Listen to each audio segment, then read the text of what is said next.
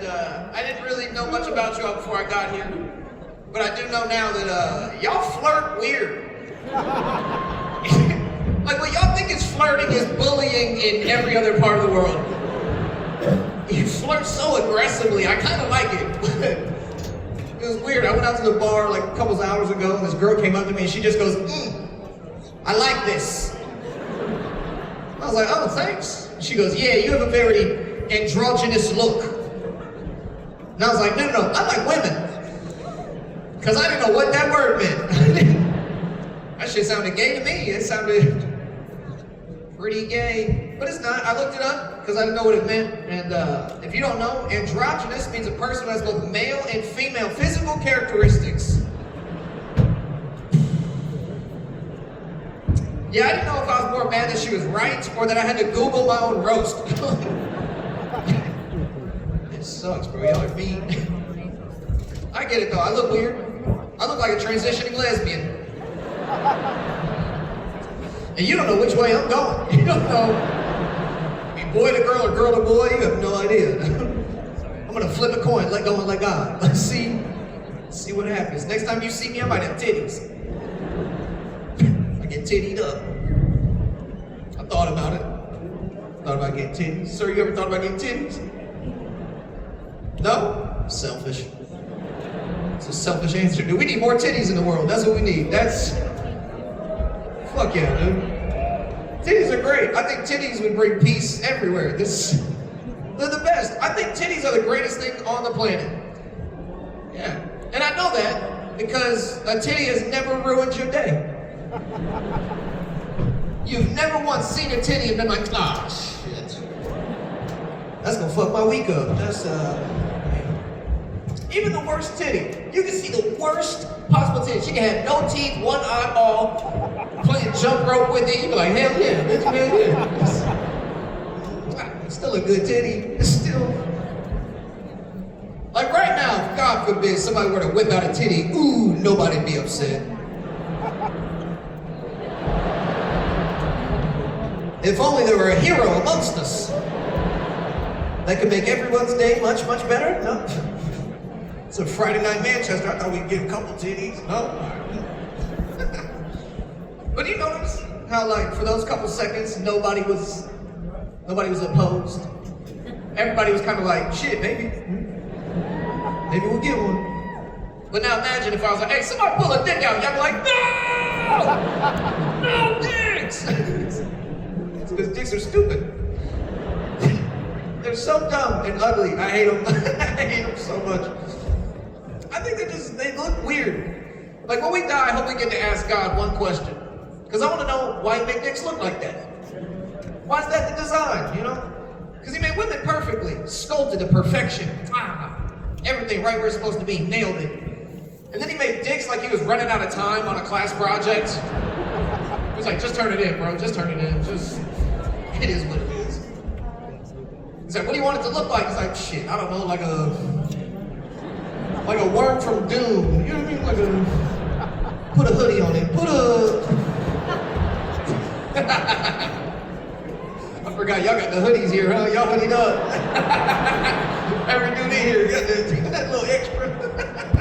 Yuck. So is that all you want it to look like? Nah, it don't look done.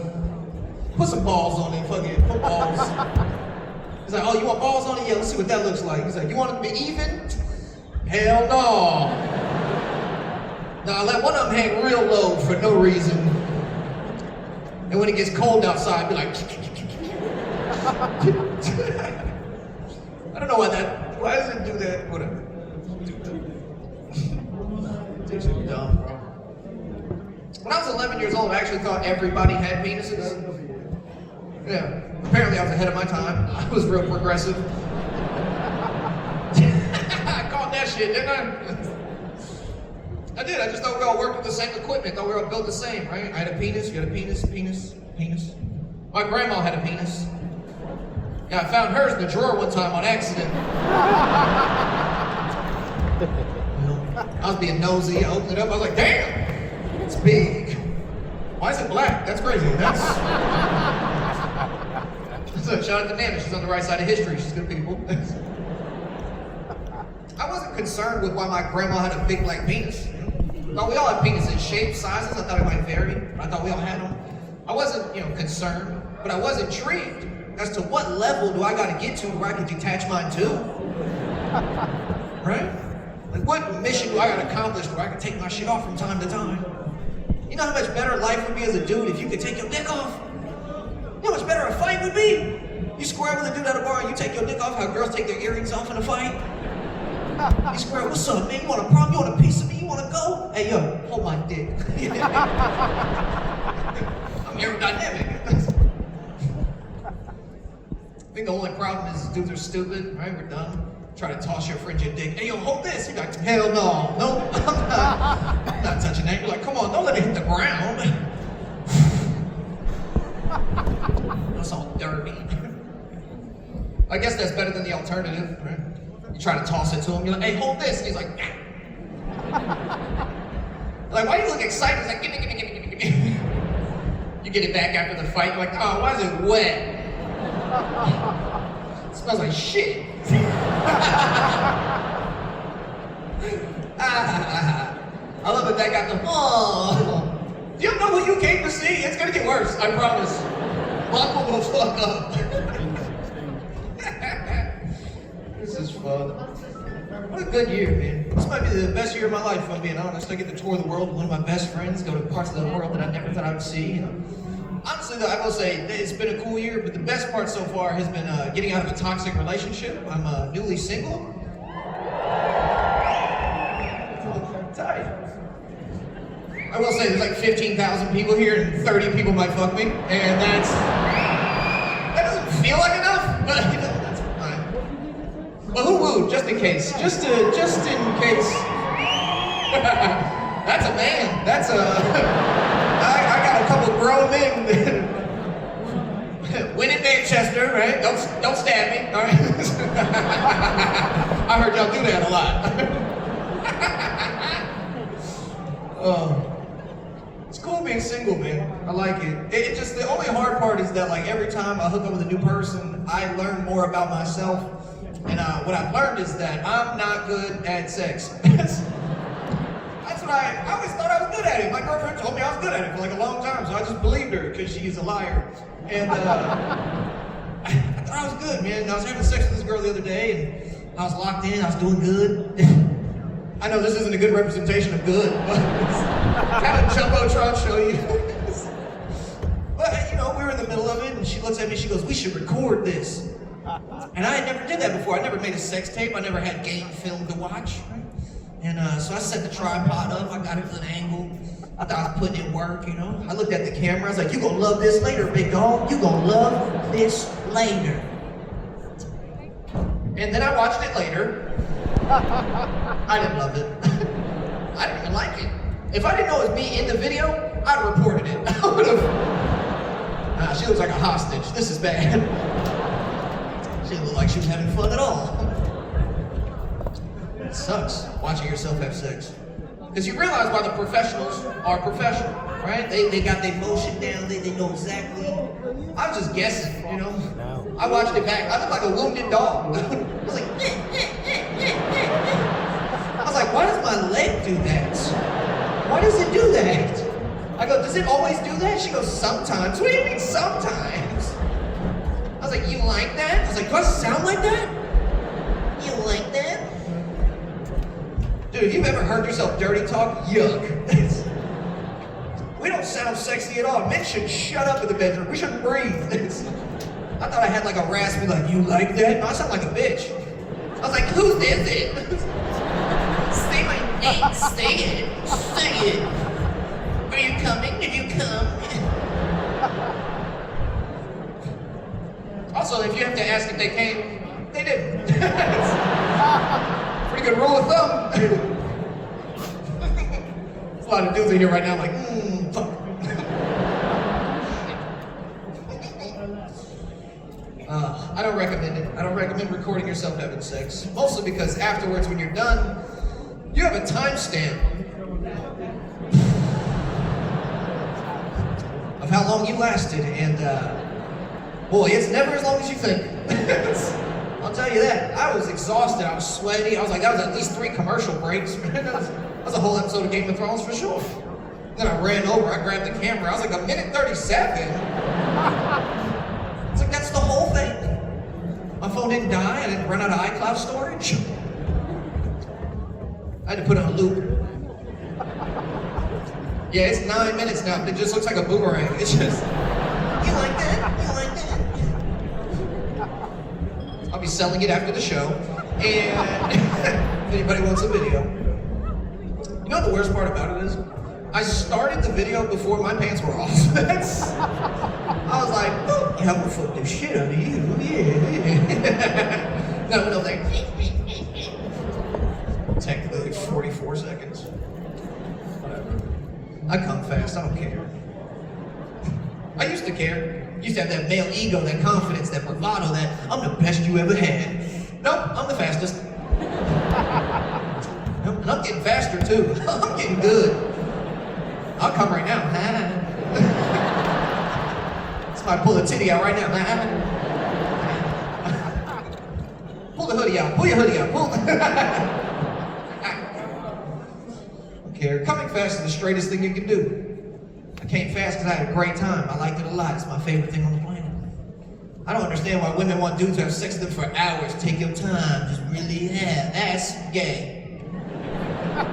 It's pretty gay to just be in there bored like, ooh, I could do this all day.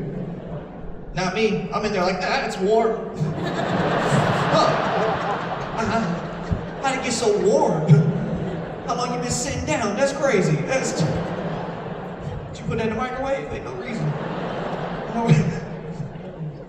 They don't tell you how warm it is. They don't prepare you. Because you never had a cold one. Cold coochie? Doesn't that sound terminal? Doesn't that sound like a disease a little bit? Imagine you stick a tip in, what the fuck? You gotta check their pulse. You still alive, right? You still smuggling ice cubes in there. That's weird. So are you having fun with your arms folded? This is a crazy way to watch comedy. I want you to know that. As long as you're having fun, you don't gotta change. But I just want you to know you can't laugh like this. Like an evil villain. You never did nothing fun in your life with your arms folded. You never rode a roller coaster like. You never sang happy birthday to somebody like that. Never got your dick sucked with your arms like this. You never. Doesn't this feel mean? Is somebody. I don't know what to do with my hands in that situation. This feels mean. This feels gay. This feels too braggadocious. This feels Asian, and I don't know how to. You know what I mean? I just feel real grateful. Thank you so much.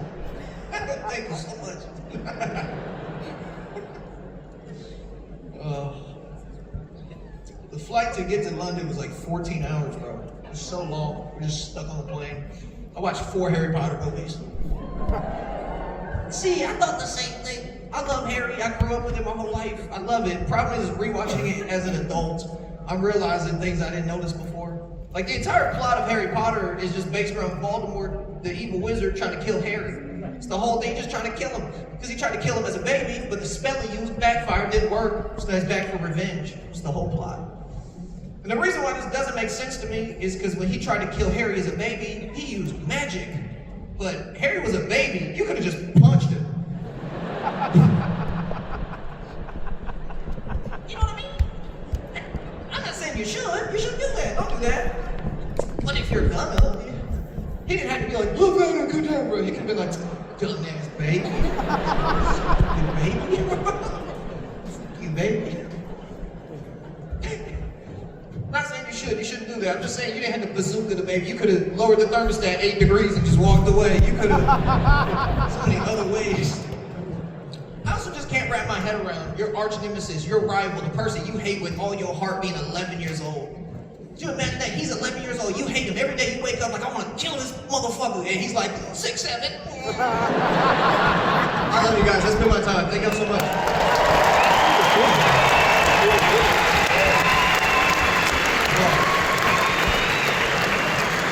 So fun. Everybody's right. You guys are one of my favorite shows of this entire tour. You guys are so fucking dope. Before I bring out Matt, I do want to go over the rules one more time, just so everybody is on the same page, everybody's aware. No photos, no videos, no audio recordings, just, stay off your phone, don't be disruptive, no heckling, just keep doing what we've been doing, staying present, staying in the moment, having the night of our lives. We can do that? Now, y'all have been at like a 6.5. Y'all been holding in laughter. Y'all been reserved, and I respect that about you. You really using it, cautiously, but you've been laughing on vibrate. I need you all to make some fucking noise like you came to see one of the best comedians on the planet. You want to take that shit from the top. You see this Netflix special. You see Natural Selection, Lucid, Unreal. Thanks so much for my brother, Bad Bro!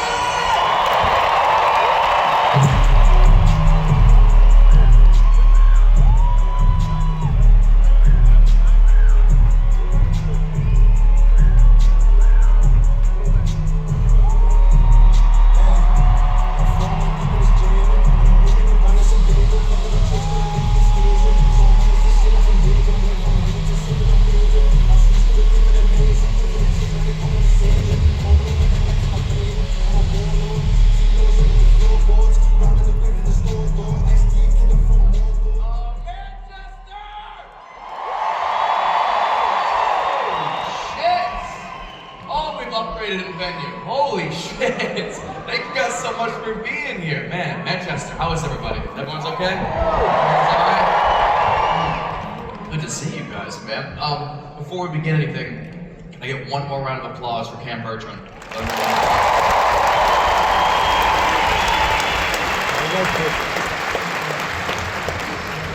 That's enough.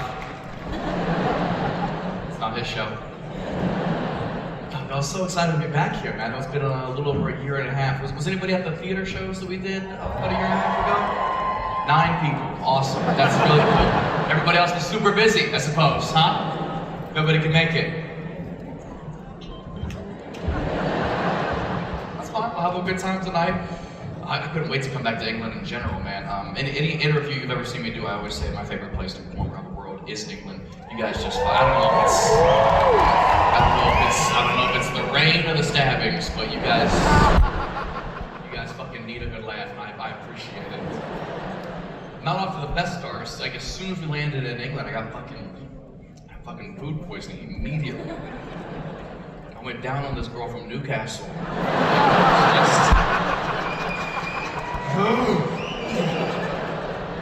But we're okay now.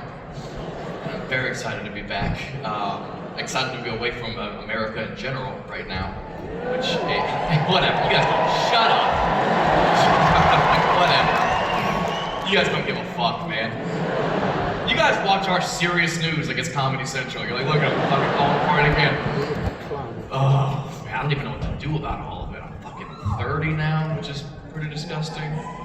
Which also, my immaturity is starting to look more and more irresponsible the older I get. Like, it's the main reason I don't do politics at all, because I'm completely naive to what's going on around the world. That brings me so much peace, so much happiness. I'm 30 years old. I don't even know what a Republican or a Democrat even are. It's our only 2 options. Couldn't even tell you what they mean. But I know how they feel about each other. If you don't follow American politics, basically, Democrats think Republicans are like the fucking devil, and Republicans are like, shut up, faggot. That's all of America in a nutshell, really. It's not my personal view, it's just an observation. I'll be very clear at the beginning of the show, I would never call anybody who would be offended by that joke, that word. Ever. That would be very rude. Very wrong. The correct word to call anybody who gets offended by a joke at a comedy show is a fucking retard.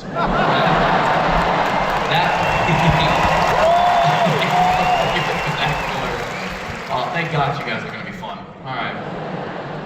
We were in London last night. Okay. And now all the fun people went north.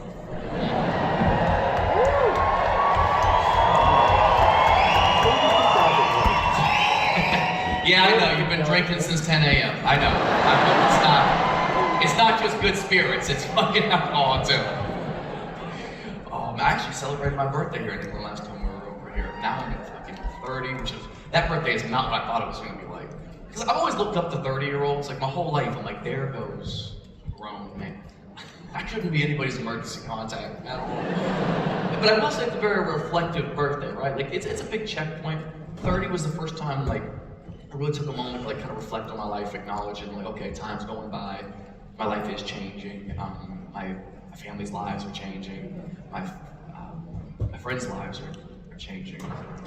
I lost one of my best friends last year to it was a bad accident. And it was the first time in my life in 30 years that like I really realized like nothing's forever, right? You don't even know how much time you have on this planet. It's like, why take anything too serious? Make the most of every day, because you don't even know if you're gonna be here tomorrow. Because this dude was my best friend for like 10 years. This was somebody I couldn't even imagine not like growing old and making memories with. And last year he had a baby.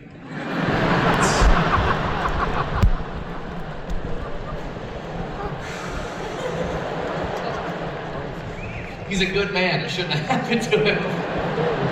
It's one of the most selfish things anyone's ever done to me personally, was have a baby on their own time. I wasn't ready at all. Neither was he. Think of the friend in your friend group who's the last one who should be having a baby. It's that one, of course.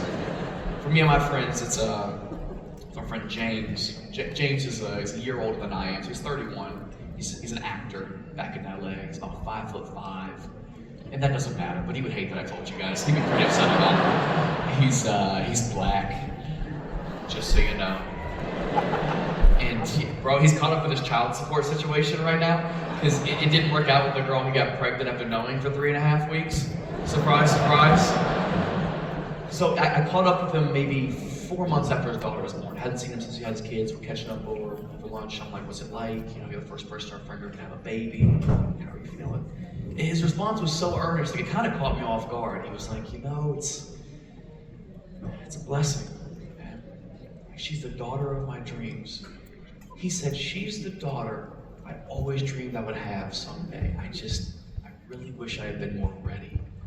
Like maybe more financially stable. I was like, okay. It's right baby, wrong time. Which I do think is better than right time, wrong baby. I will say that. I'll leave that open to interpretation as the anything that could be. He's explaining that even though it's such a blessing, the child support is so stressful, having to pay all this money every month for the next 18 years, he's a very involved father. He already pays for everything. He's explaining all of this to me. He's really been getting it off his chest, and I'm listening. But I can also see SportsCenter is on behind him. And it reminded me, there's a very famous NBA player right now named Anthony Edwards. Okay, now if you don't follow basketball, it's okay. All you need to know is that Anthony Edwards is one of the best basketball players in the world. But the one thing he's better at than basketball is beating child support. Because Anthony Edwards recently did something I didn't even know was an option. He recently paid for all 18 years of child support in advance. The baby is paid off. Like he never has to think about it again. There's no refinancing down the line. Like the baby's good, right? When you do that, it's based on income. Anthony Edwards is an amazing basketball player. I think he had to pay like $1 million, which is crazy to think a baby just signed an 18-year, $1 million contract, which is already bigger than any WNBA contract ever. So, well, you guys heard about that over here. It's pretty fucked. Anthony Edwards had to pay like $1 million. James is a fucking terrible actor. So I asked him, I was like, well, how much would it cost you to do the same thing, pay off this kid today? And he was like, I don't know, man, like $96,000, which is very specific and clearly a number he's thought about before. And also, I'm thinking the same thing you were. I know $96,000 doesn't sound like a ton of money, but you gotta understand, James of all people is not having $96,000. He could just lump sum give up today. But I do.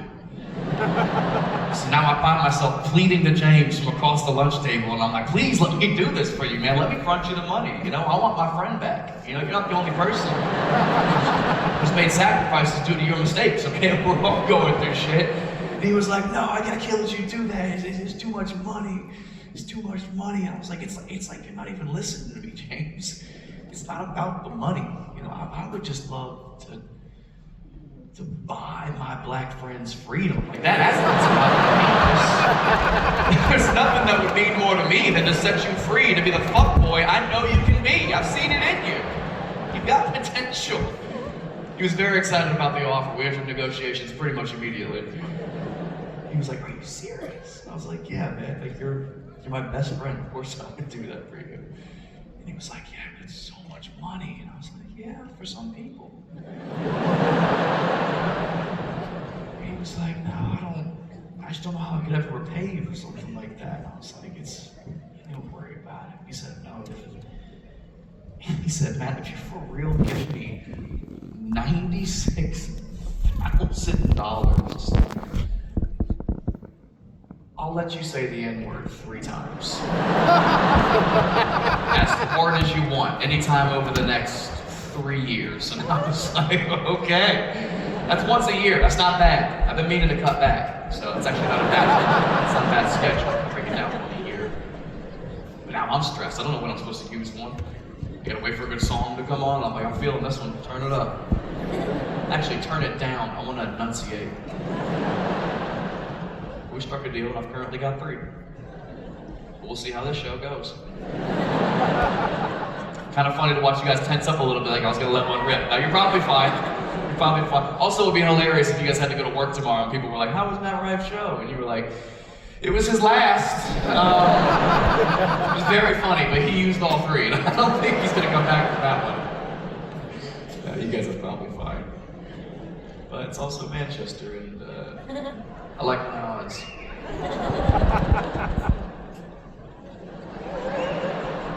Bro, there's like no black people here. What the fuck? God. I've only seen a few, and they're outside selling my fake t-shirts. Oh, hell yeah.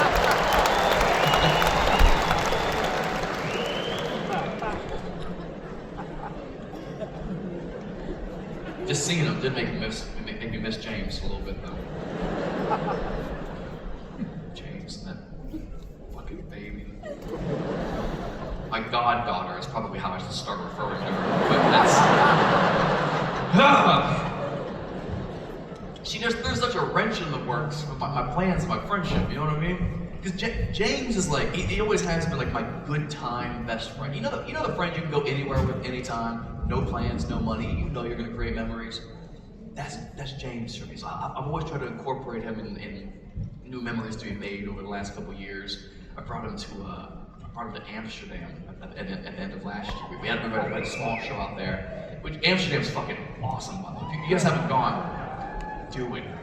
They've got they have this thing called the Red Light District. Yeah, if you don't know what the Red Light District is, you're a fucking liar. Why would you pretend? Of course you do. It's a whole section of the city just for prostitution, right? We never really get a chance to explore many cities that we perform in. It's usually fly in, do a show, fly right out. By the grace of God, we happen to have our night off before the show in Amsterdam.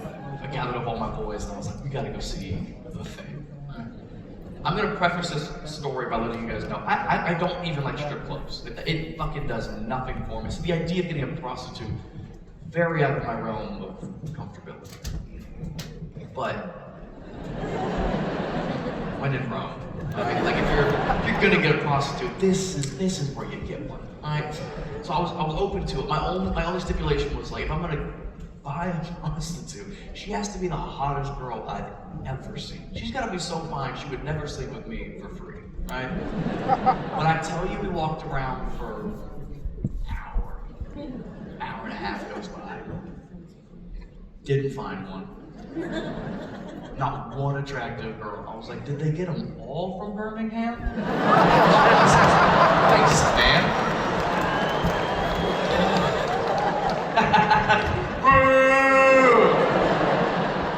Was that boo or moo, you fat fucks?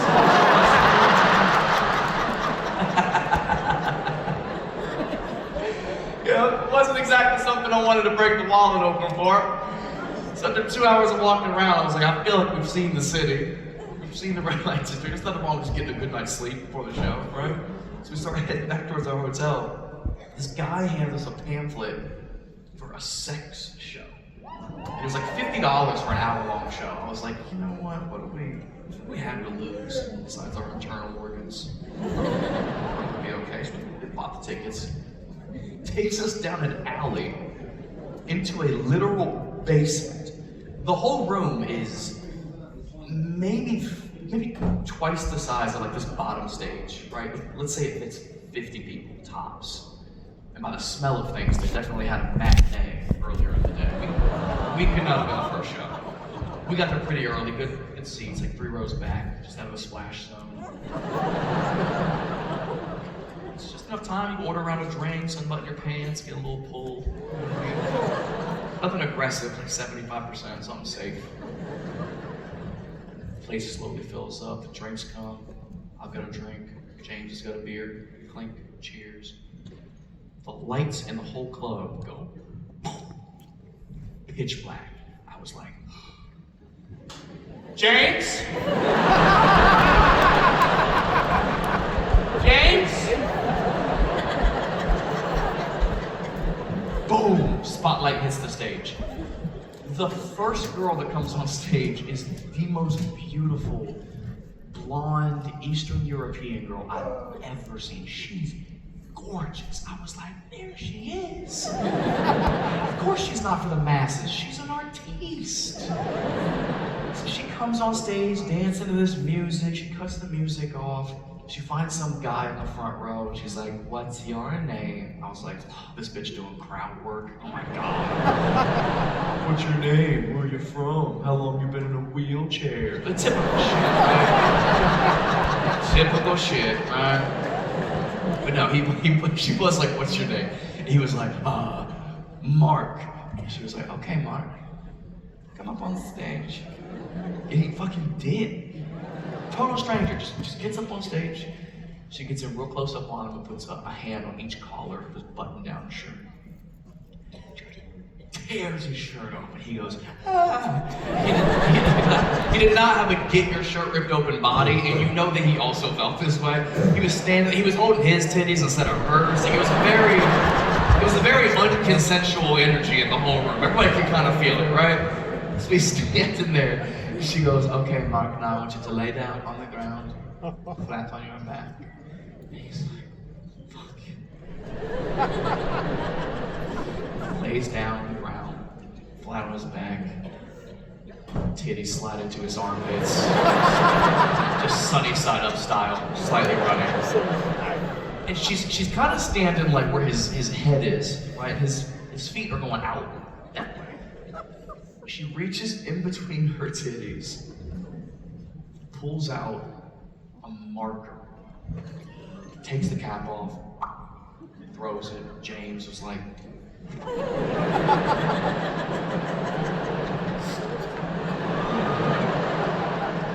takes the non-marker part of the marker,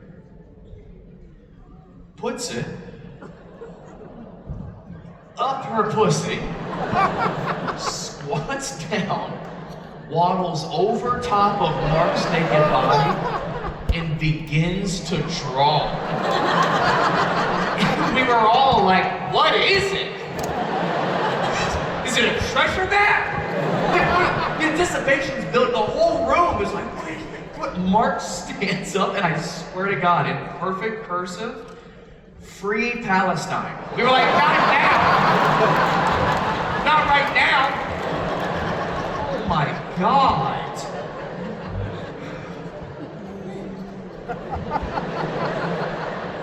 Mark leaves the stage with a very strong political stance. She walks off stage, and we're like, what a start, dude. If this is the opener, the show's only gonna get better from here, right? Nope. The show goes significantly downhill from this point forward. She should have headlined this show. Because in between each performer, it was like a very brief intermission. It's a couple minutes. Just enough time to order another round of drinks, getting a little pull. I'm at 85%, I'm having a great time. James is at 200%.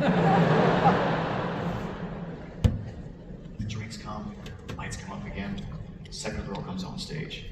She's like a little bit older, but very sexy Latino woman. And she's got like the schoolgirl plaid skirt on, the shirt tied in a knot, ruler, glasses. She's the teacher, right? Now comes her student. This big black dude. I was like, okay.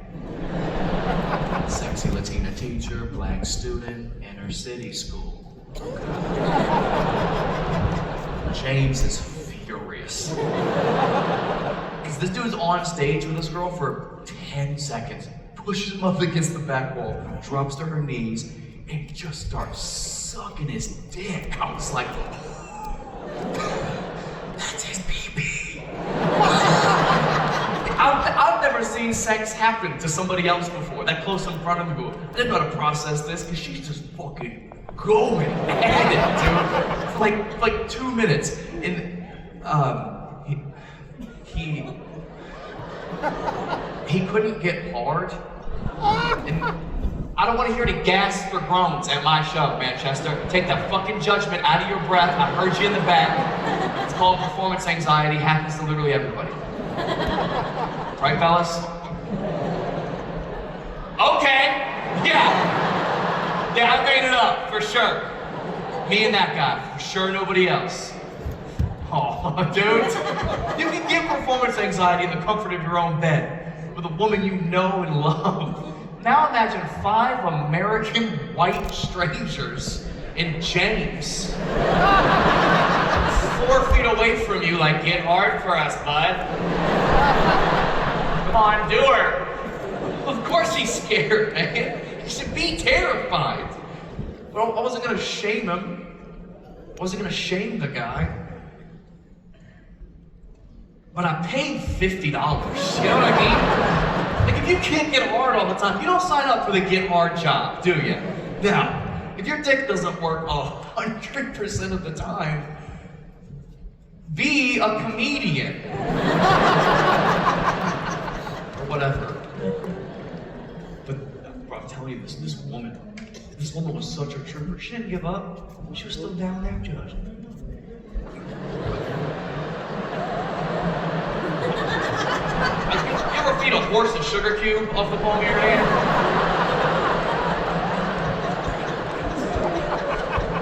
Just making pasta. I was so close to feeling bad for this dude. I was so close to feeling bad, but I had to remind myself, he's a professional, right? And when you're a professional, you're good at your job, you gotta know how to pivot. You gotta know how to audible when things aren't going your way. So in that moment, he realized, like a professional, head's not working, maybe we just do sex. Gets her up off the ground, he bends her over the stool. And he's fucking mushing it in there. Just fucking folding it in half. Like, whatever he's gonna do to splint it in there. It just starts desperately pumping away. We were all like, we can see it slinking out of there. It's like he was trying to jam a ferret into her. Just no bones. And he's just... And after like 3 minutes, we were all like, stop. And he wouldn't give up. Bro, I'm telling you, you could feel the second everybody in the room gave up on this dude. Everybody quit on him. And at that exact second, he fucking...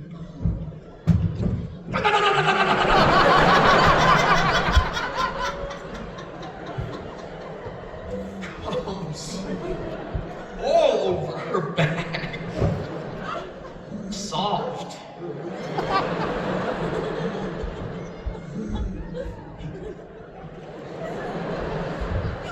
He came soft. I've been to a lot of magic shows.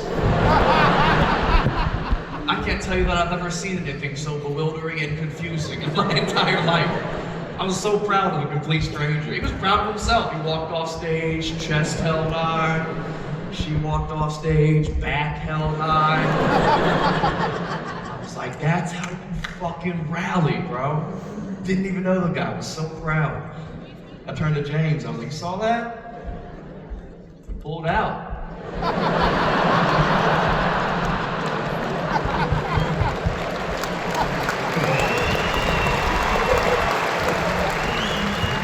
Wasn't that hard, was it? Stage clear. at this point, I'm genuinely fucking furious with myself.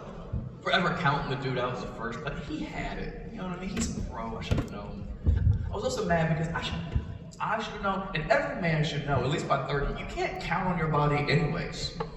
Especially your dick, it's so inconsistent and inconsiderate. Ladies, you think we disappoint you in the bedroom? Try to imagine how often we disappoint ourselves. Our bodies lie to us every single day. We don't know what our bodies are capable of on any given day. Every man in this room can lay in bed by himself for hours just shooting ropes.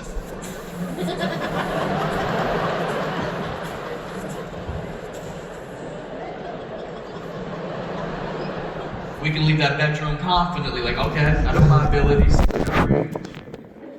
Then finally, the moment a girl is like, come on my face, our dick's like, ugh.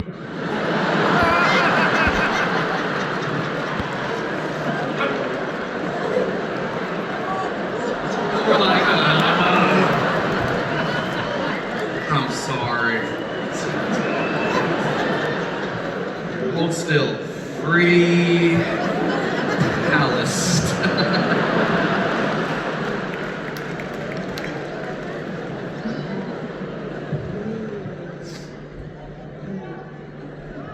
So now, about 40 minutes into an hour-long sex show, there's probably one girl left, but at this point I'm like, I feel like I've got my money's worth. Let's wrap this up. So the third girl comes on stage, and she's bigger. She's significantly bigger than the first two girls combined.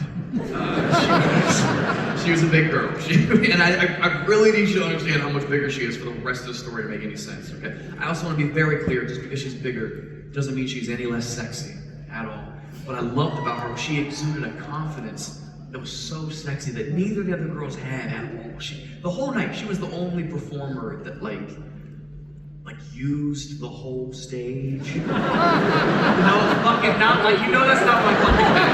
You know that's not what I meant. You chose to fucking hear it that way, alright? And then she danced around. She danced around the entire stage. She got her steps in, she knew what she had to do. She cut the music off and just...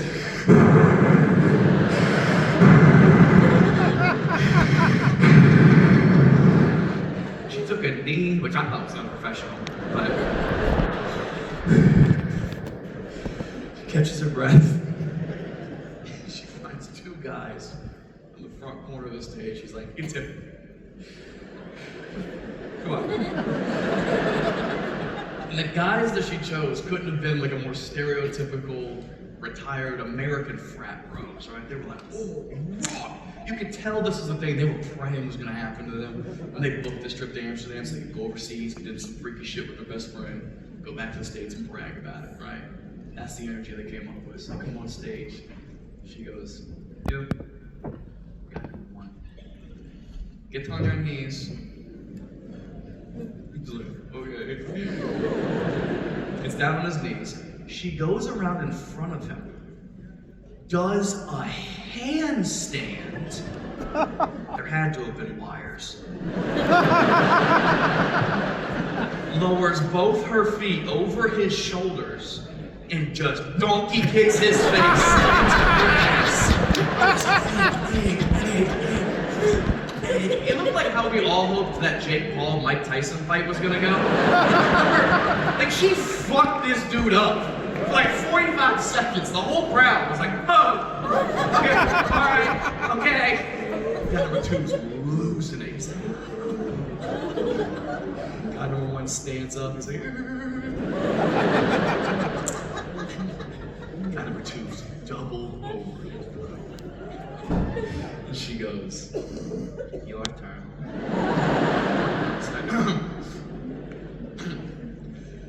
Turn of events. She lays down on the ground, flat on her back. Everybody was like, it's probably the safest position. Reaches in between her titties, pulls out a banana, and we were all like, "Come on, bitch. Food?" Now. Okay. Starts peeling the banana. All the way around. Very sensual. Very sexy. About halfway down the banana. Then she takes the not yet peeled part of the banana. Puts it up her papaya. Looks straight down the barrel at guy number 2 and goes. And he was like, ah. And everybody was like, you have to do it. I paid $50, dog. Get in there. We were like, go. And he gets the courage, he gets on his knees, puts his head between her legs. The second he gets a mouth full of banana, she fucking figure 4 leg locks around his head and face fucks him in the banana. For a whole minute, dude. He couldn't breathe. He was tapping out on her knuckles. Got the one was in a neck brace, like, you know, my bitch, he's got a family.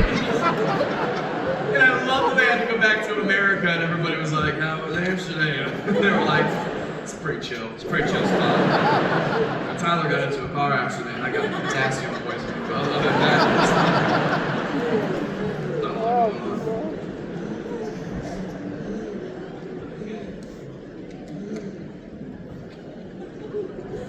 I haven't eaten a banana since then. It's been like 7 minutes. How good. If I see one that's bruised, I'm like, where's that been? The show was fucking unbelievable, dude. I've never seen anything like that. James had a blast, by the way. Cannot emphasize that enough. We were leaving the showroom, going back upstairs to the alley. We're on the stairs, and James turns to me and he goes, hey man, what was that? I said, well, that's what happens when you raise a daughter on $96,000.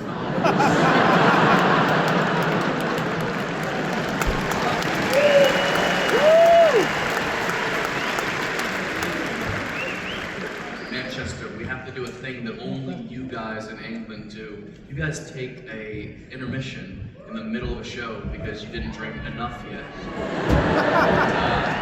It's 20 minutes long, and then another one of my friends will come out here. You guys are gonna fucking love him. He'll open the show. I'll come back out.